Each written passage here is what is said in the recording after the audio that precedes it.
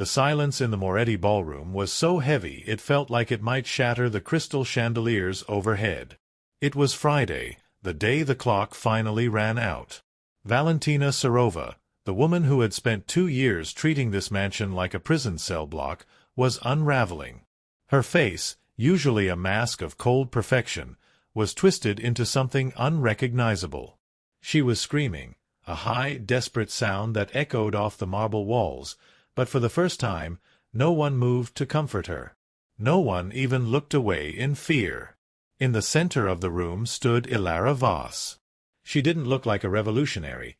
She looked exactly like what she was, a maid in a crisp, dark uniform with her hair pulled back and her feet planted firmly in sensible shoes.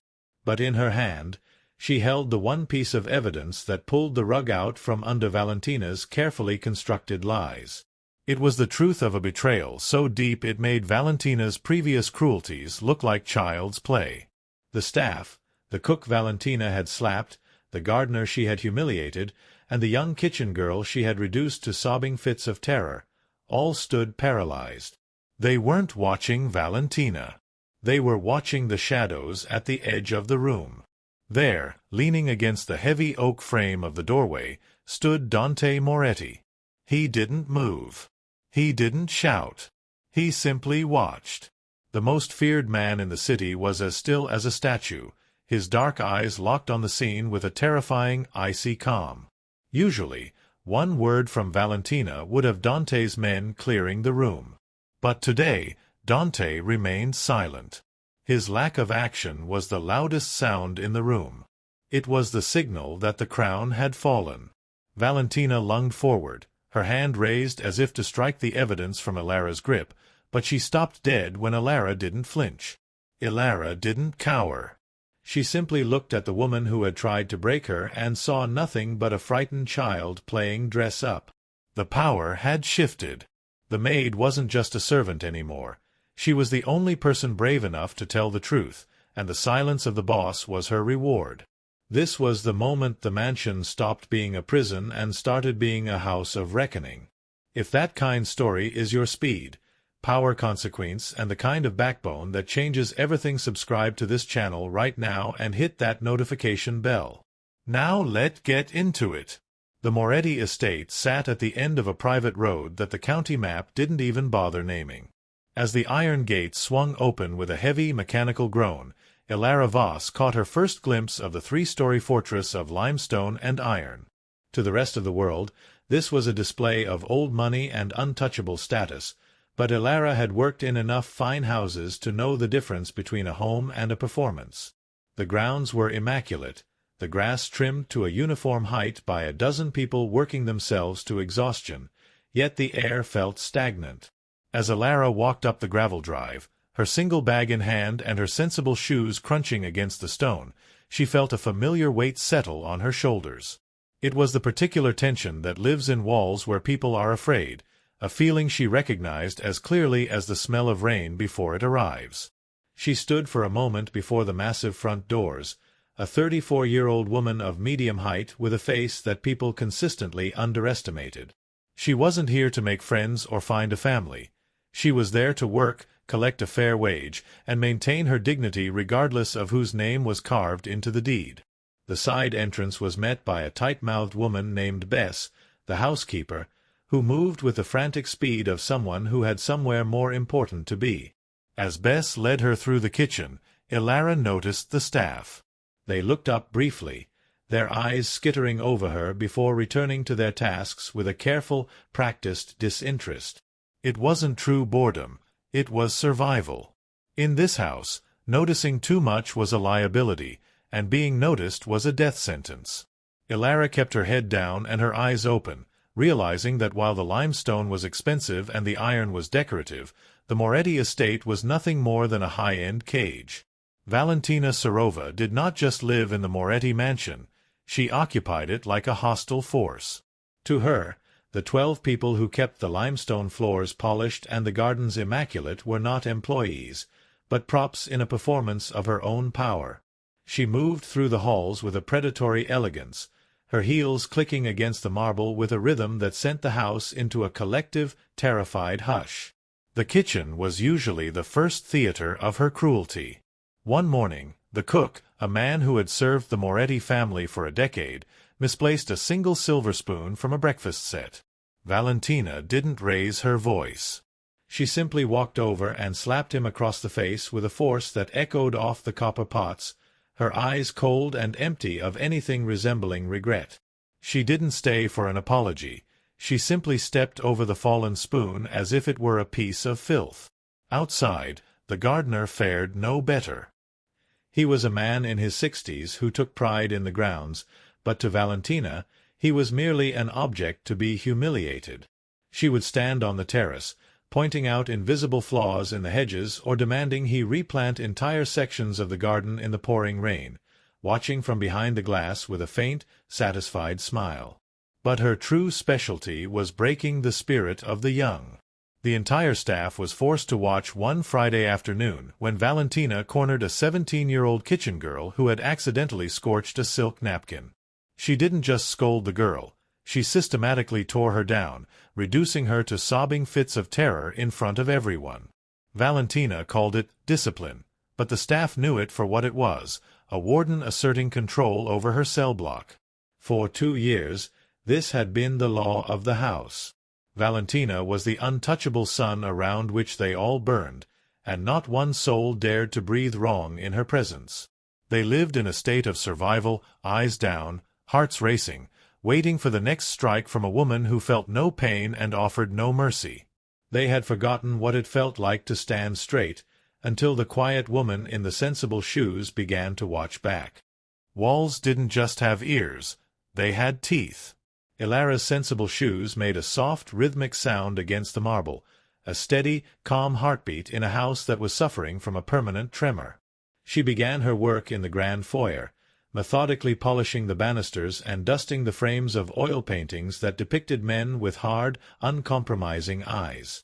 She was halfway up the main staircase when the air in the room suddenly changed. The temperature didn't drop, but the atmosphere grew thin and sharp, as if the oxygen was being sucked out of the room by a vacuum. Then came the sound, the rhythmic, aggressive click of high heels. Valentina Serova appeared at the top of the landing, looking down like a queen surveying a particularly dull piece of livestock. She was draped in silk that probably cost more than Ilara's annual salary, her face a masterpiece of practiced cruelty. Bess, who had been standing a few feet away, practically folded in on herself, her head bowing so low it looked painful. Valentina's gaze slid over Ilara, expecting the usual flinch, the stuttered apology, or the averted gaze. Instead, she found Ilara standing perfectly still, her cloth in one hand and her eyes meeting Valentina's with a calm, flat neutrality. Ilara didn't bow. She didn't tremble. She simply stood her ground, her medium height and plain uniform belying a core of solid iron. The silence stretched, long and dangerous. Valentina's eyes narrowed, her lips thinning into a dangerous line as she searched for a crack in the maid's composure. She saw the sensible shoes and the single bag Ilara had brought, and she dismissed her as another soul to be broken. But for the first time in 2 years, the fear she expected to see wasn't there. Ilara simply went back to her work, the soft sound of her polishing cloth the only defiance needed in a house built on terror. The kitchen of the Moretti estate was a masterpiece of stainless steel and industrial efficiency, but to Ilara it felt more like a pressurized chamber. As she worked her way through the morning tasks, she began to notice the invisible language of the staff. It was a choreography of silence. When a heavy tray was set down too loudly, every head in the room jerked toward the doorway in unison, not out of curiosity, but out of a reflexive, conditioned terror. They moved with a careful disinterest that Ilara recognized as a mask, a way to remain invisible in a house where being noticed by the wrong person usually meant pain. She watched the young kitchen girl, the one Valentina had broken just days before, scrub a copper pot with a frantic, desperate energy. The girl didn't look up, didn't speak, and barely seemed to breathe. Ilara saw the way the older cook placed himself between the girl and the door whenever the sound of heels approached the hallway. It was a small, silent act of protection in a place where open defiance was impossible. The house, Elara realized, was not built on the limestone and iron she had seen from the road. It was built on secrets. She saw it in the way Bess, the housekeeper, pocketed a stray envelope before Valentina could enter the room. She saw it in the way the gardener avoided looking at the second-story windows. Every servant here carried a piece of the truth like a jagged stone in their pocket, something that could hurt them if it was found, but something they couldn't bring themselves to throw away. As Elara emptied the trash in the service corridor, she found a shredded document that hadn't quite reached the incinerator. She didn't read it then. She didn't have to. The frantic way it had been destroyed told the story for her. In the Moretti household, survival didn't just mean doing your job. It meant knowing which secrets to keep and which ones to use as a shield. Valentina thought she ruled through fear, but Elara saw the cracks in the foundation. The staff wasn't just afraid. They were waiting. And for the first time, Elara began to look at the house not as a place of work, but as a puzzle that was starting to come apart at the seams. The tension that had been simmering in the Moretti mansion finally found its flashpoint on a humid Thursday afternoon. Elara was in the gallery, her cloth moving in steady, rhythmic circles over a mahogany side table, when the clicking of Valentina's heels announced her arrival. This time, the sound was faster, more aggressive, telegraphing a temper that was looking for a target. Valentina stopped just inches from Elara, her perfume cloying and heavy, a scent that felt like it was meant to choke the air out of the room. She didn't speak at first. She simply watched Elara work with a look of profound disgust. Then, with a casual, cruel flick of her wrist, Valentina knocked a heavy crystal vase from the table. It shattered against the floor, the sound like a gunshot in the silent house. Valentina looked down at the mess and then back at Elara, her voice a sharp, cold blade as she demanded to know why the maid was so clumsy. The staff in the hallway froze, their breath catching in their chests as they waited for the familiar script to play out. The tears, the trembling apology, the frantic scrambling to clean the glass. But Elara didn't scramble. She didn't even look at the floor. She simply stopped polishing and looked Valentina directly in the eyes, her expression as flat and unyielding as the limestone walls outside. She didn't offer a word of defense because she knew the truth didn't matter to a woman like Valentina. Only submission did. "The glass is sharp," Elara said, her voice quiet and startlingly steady. "I'll get the broom so no one gets hurt." It wasn't an apology. It was a statement of fact that completely ignored Valentina's attempt at humiliation. For a moment, the untouchable fiancée looked genuinely stunned, her mouth opening slightly as she realized her power had hit a wall. The refusal to be intimidated was the first real crack in the foundation of the house. Valentina's face flushed a deep, angry red, and in that moment, the game changed. This was no longer about a broken vase or a messy room. It was a personal vendetta. Valentina turned on her heel and swept out of the room, but the look she threw over her shoulder promised that she wouldn't stop until she had seen Elara break on the marble floor. The work in the private quarters of the Moretti estate was handled with a level of caution that bordered on the religious. While the rest of the house was a theater of public performance, these rooms were the inner sanctum where the masks were supposedly laid aside. Elara moved through Valentina's dressing room with her usual quiet efficiency, her sensible shoes silent on the thick Persian rugs. She was there to clean, but as always, her eyes were busy noticing the things others were too terrified to see. She noticed the way the heavy velvet curtains were drawn just an inch too wide, and the way the mahogany vanity had been shifted as if someone had been searching for something in a hurry. Elara wasn't looking for trouble, but in a house built on secrets, the truth had a way of snagging on the edges of the mundane.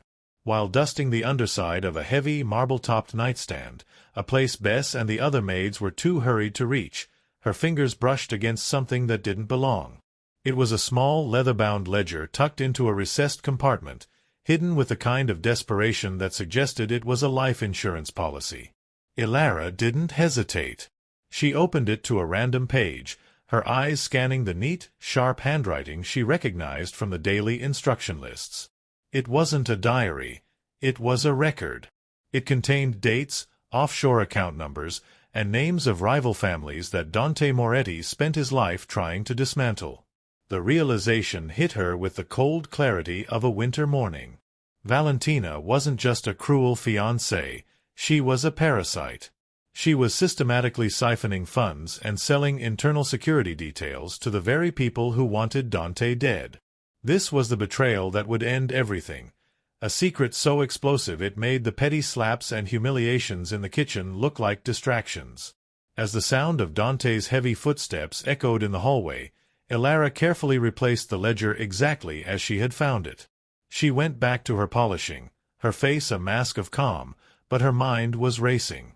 She had come here to work and maintain her dignity, but she had stumbled upon the one thing that could burn the entire Moretti empire to the ground.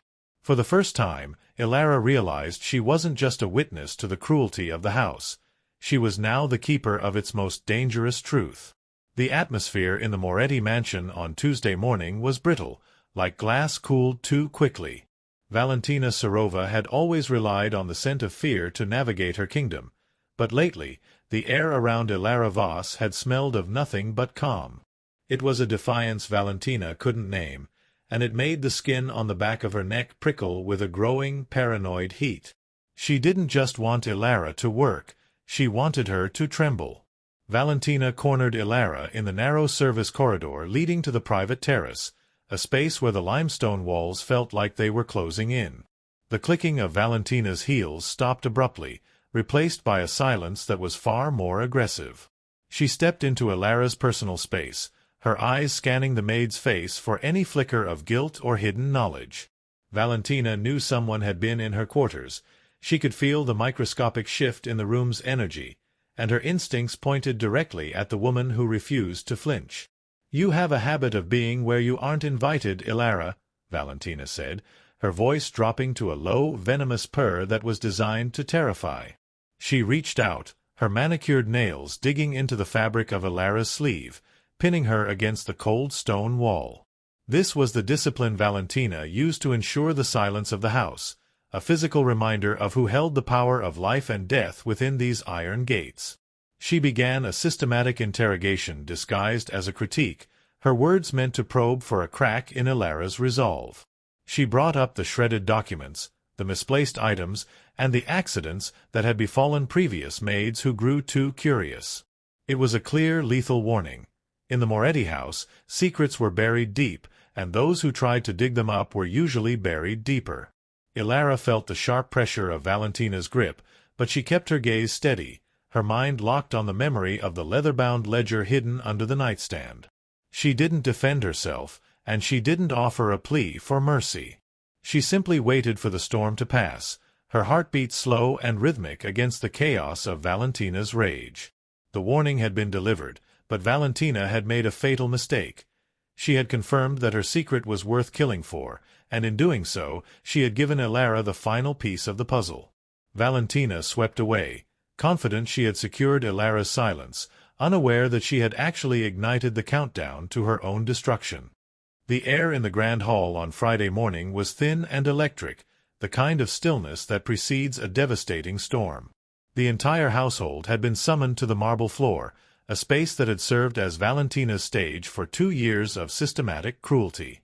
Valentina stood at the center, her silk dress a vibrant, aggressive red against the cold stone, her eyes fixed on Ilara with a lethal intensity. She had decided that today was the day the maid's quiet defiance would finally be extinguished. "You think your silence makes you untouchable," Valentina hissed, her voice carrying to every corner of the room where the staff stood like ghosts. She moved with a sudden, violent grace, her hand swinging in a sharp arc intended to leave a permanent mark on Ilara's face. But the strike never landed. Ilara didn't flinch or recoil. She simply caught Valentina's wrist in mid-air with a grip of solid iron, stopping the untouchable fiancée dead in her tracks. The gasp that went up from the kitchen staff was the first sound of rebellion the house had heard in years. Valentina's face twisted in shock and rage, but before she could scream for the guards, Ilara spoke. Her voice wasn't loud, but it possessed a weight that anchored everyone in the room.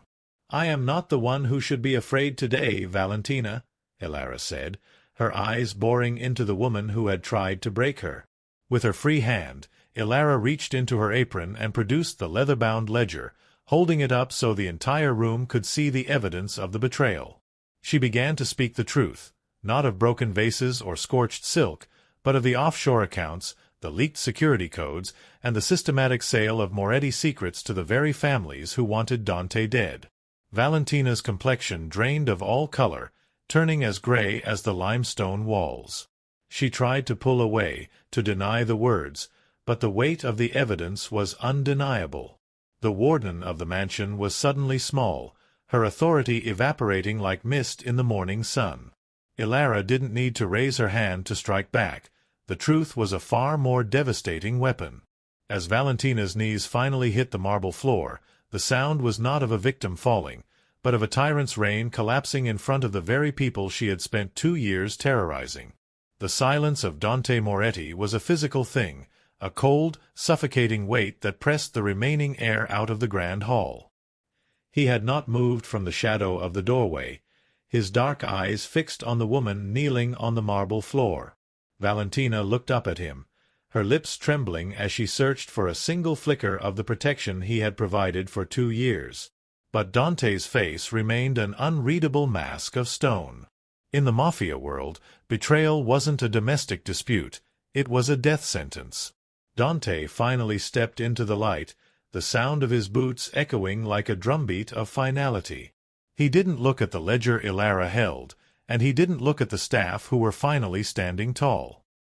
He walked straight to Valentina, reached down, and placed a hand on her shoulder, not with affection, but with the clinical detachment of a man removing a faulty piece of equipment. He gave a nearly imperceptible nod to the 2 men in dark suits standing by the entrance.